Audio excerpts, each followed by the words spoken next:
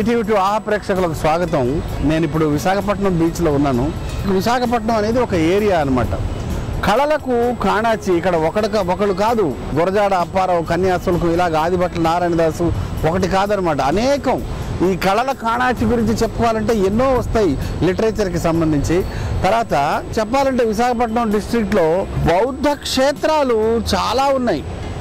ఎన్నో బౌద్ధ క్షేత్రాలు ఉన్నాయన్నమాట. ఇక్కడ చెప్పుకోవాలంటే తొట్లకొండ ఉంది, బావికొండ ఉంది, బొజ్జన్న కొండ ఉంది, ఇట్లా అనేక బౌద్ధ క్షేత్రాలు ఉన్నాయి. తర్వాత విశాఖపట్నంలో మనకి టూరిస్ట్ అట్రాక్షన్స్ చూడాలంటే యారాడకొండ ఉంది, కైలాసగిరి ఉంది, తర్వాత ఆర్కే బీచ్ ఉంది, ముడసోర్లో ఉంది, అనేకం అనమాట. ఋషికొండ ఉంది, ఒకటి కాదనమాట.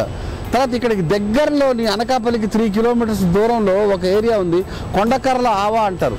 అక్కడికి వలస పక్షులు వస్తాయి. అక్కడే నీటిలో మునిగిన శివుడు కూడా ఉన్నాడనమాట. తర్వాత ఏటికొప్పాక ఉంది ఈ జిల్లాలో.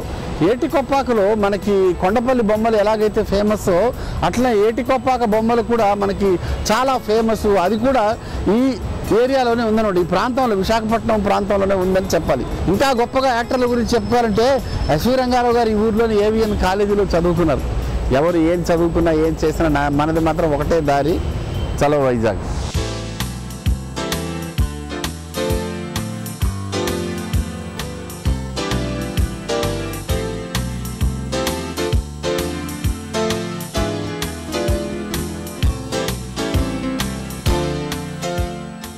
విశాఖపట్నంలోని పట్టాభిరెడ్డి గార్డెన్స్ ఏరియాలో ఉన్నాను. మనకి శ్రీవాణి ఈరోజు నాటుకోడి బిర్యానీ చేసి చూపిస్తాను. రమ్మ, దీనికి ఏ పదార్థాలు పడతారు, ఎలా చేస్తారు? నాటుకోడి బిర్యానీ తయారు చేయడానికి కావాల్సిన పదార్థాలు: నాటుకోడి, అల్లం వెల్లుల్లి పేస్ట్, పచ్చిమిరపకాయలు, ఉల్లిపాయలు, జీడిపప్పు, సాల్ట్, కారం, గరం మసాలా పౌడర్, గసగసాల పొడి, పుదీనా, కొత్తిమీర, నెయ్యి, బిర్యానీ ఆకు, మరాఠీ మొగ్గలు, నానబెట్టిన బియ్యం, ఉడకపెట్టిన కోడిగుడ్డు, క్యారెట్, టమాటో ముక్కలు.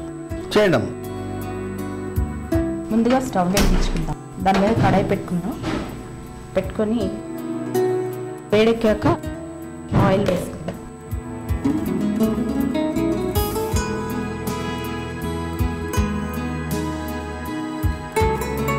కొంచెం నెయ్యి వేసుకుందాం సార్.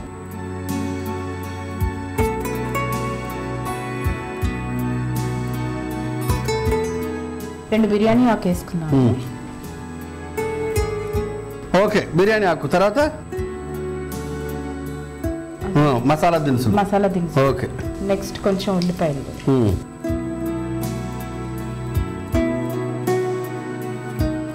నూనె వేసాము, నెయ్యి వేసాము, మరాఠీ మొగ్గ వేసాము, బిర్యానీ ఆకు వేసాము, ఉల్లిపాయలు వేసాము. ఉల్లిపాయలు దోరగా వేగేదాకా వేయిస్తూ ఉండాలి.